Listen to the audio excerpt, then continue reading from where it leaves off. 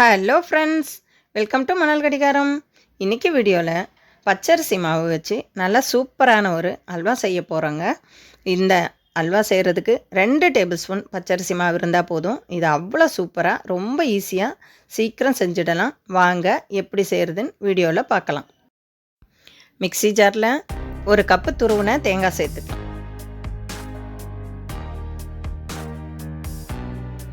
சேர்த்துட்டு இது கூடவே அதே கப்பில் 1/2 கப்பு சர்க்கரை, நாட்டு சர்க்கரை சேர்த்துக்கலாம். இப்போ இது கூடவே 2 டேபிள் ஸ்பூன் பச்சரிசி மாவு சேர்த்துக்கலாம். சேர்த்துட்டு ஒரு 5 ஏலக்காய் சேர்த்துக்கலாம். ஏலக்காய் தூள் கூட சேர்த்துக்கலாம்.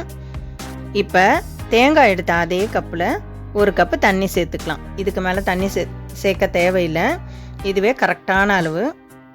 இதை நல்லா ஃபைன் பேஸ்ட்டாக அரைச்சி எடுத்துக்கலாம்.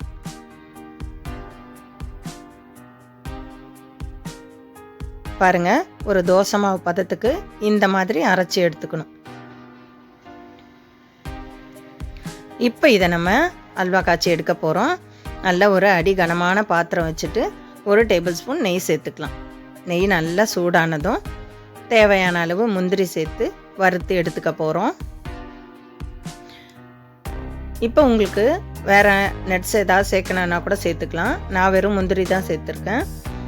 முந்திரி உங்கள் விருப்பத்துக்கு ஏற்ற மாதிரி கூட்டி குறைச்சி சேர்த்துக்கோங்க.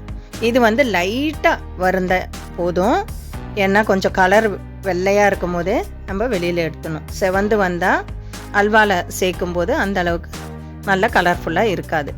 முந்திரி தனியாக வறுத்து எடுத்தாச்சு. இப்போ அதே நெய்யில் நம்ம தேங்காய் மாவு, நாட்டு சர்க்கரைலாம் அரைச்சி வச்சுருக்கோம்ல, அதை சேர்த்துக்கலாம். சேர்த்துட்டு கைவிடாமல் நல்லா கலந்து விட்டுக்கலாம். இது ஒரு 1 நிமிஷம் ஸ்டவ்வை ஹை ஃப்ளேமில் வச்சுட்டு அப்புறம் ஸ்லோவாக வச்சுக்கலாம். இப்போ இதில் 1 பிஞ்சு உப்பு சேர்த்துக்கலாம். உப்பு நிறைய சேர்த்துறாதீங்க, கொஞ்சமாக சேர்த்தா 1 பிஞ்சு சேர்த்தா போதும். ஏன்னா அப்போ தான் டேஸ்ட் நல்லா தூக்கி கொடுக்கும். இப்போ இதெல்லாம் சேர்த்துட்டு நல்லா கலந்து விட்டுக்கலாம். இதை பாருங்கள், நல்லா கொதிக்குது பாருங்கள். இப்போ ஸ்டவ்வை லோ ஃப்ளேமில் வச்சுக்கலாம். இப்போ இது கூடவே ஒரு 1/4 டீஸ்பூன் ஃபுட் கலர் சேர்த்துக்கலாம். இது ஆப்ஷனல் தான், உங்களுக்கு ஒரு வேளை விருப்பம் இல்லைன்னா ஸ்கிப் பண்ணிவிடுங்க. இப்போ இதெல்லாம் சேர்த்துட்டு நல்லா கலந்து விட்டுகிட்டே இருக்கணும். கைவிடாமல் கலந்து விடணும், ஏன்னா அடி பிடிச்சிடக்கூடாது. அதுக்கு தான் அடி கனமான பாத்திரம் வச்சு நம்ம செய்கிறோம். இப்போ பாருங்கள், இது நல்லா வெந்து எல்லாம் ஒன்று சேர்ந்து சுருண்டு வரும்.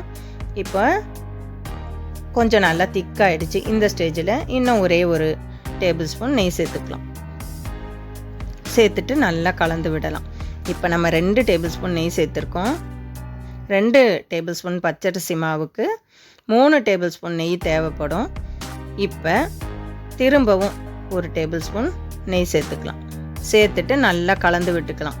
இப்போ இனிமேல் நம்ம நெய் சேர்க்க தேவையில்லை.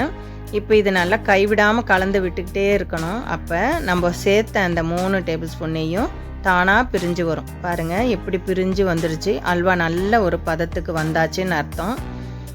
எப்படி விழுகுது பாருங்கள். இந்த ஸ்டேஜில் ஸ்டவ்வை நல்லா குறைச்சி வச்சுட்டு நம்ம வறுத்து எடுத்து வச்ச முந்திரியை சேர்த்துக்கலாம். சேர்த்துட்டு ஸ்டவ்வை ஆஃப் பண்ணிடலாம். கொஞ்ச நேரம் இந்த பக்கம் அந்த பக்கம் நல்லா கலந்து விட்டுட்டு ஸ்டவ்வை ஆஃப் பண்ணிடலாம். பாருங்கள், நம்ம சேர்த்த நெய்யெல்லாம் எப்படி தானாக பிரிஞ்சு வந்துருச்சு. எவ்வளோ நல்லா இருக்குல்ல. அவ்வளோதாங்க, நம்மளோட அல்வா ரெடி ஆகிடுச்சு. இப்போ இந்த நெய்யோடு நம்ம சேர்த்து சாப்பிடணுன்னு அவசியம் இல்லை. நம்ம இந்த நெய்யை தனியாக வடித்து எடுத்துக்கலாம். வடித்து எடுத்த அந்த நெய்யை நம்ம சப்பாத்தியோ தோசையோ செய்யும்போது அதில் சேர்த்து செஞ்சுக்கலாம். ரொம்பவே சுவையாக இருக்கும். இப்போ நான் கையிலையும் எடுத்து காமிக்கிறேன் பாருங்கள், எவ்வளோ சூப்பராக இருக்குல்ல. அவ்வளோதான், நம்மளோட பச்சரிசி மாவு அல்வா ரொம்ப சூப்பராக தயாராகிடுச்சு. நீங்களும் கண்டிப்பாக இதே மாதிரி செஞ்சு பார்த்துட்டு எப்படி இருக்குன்னு உங்களோட கருத்துக்களை கமெண்ட்ஸில் தெரிவிங்க. வீடியோவை லைக் பண்ணுங்கள், ஷேர் பண்ணுங்கள், சப்ஸ்கிரைப் பண்ணுங்கள். மறக்காமல் பக்கத்தில் உள்ள பெல் ஐக்கானையும் கிளிக் பண்ணிக்கோங்க. மற்றும் ஒரு வீடியோவில் சந்திக்கலாம். நன்றி, வணக்கம்.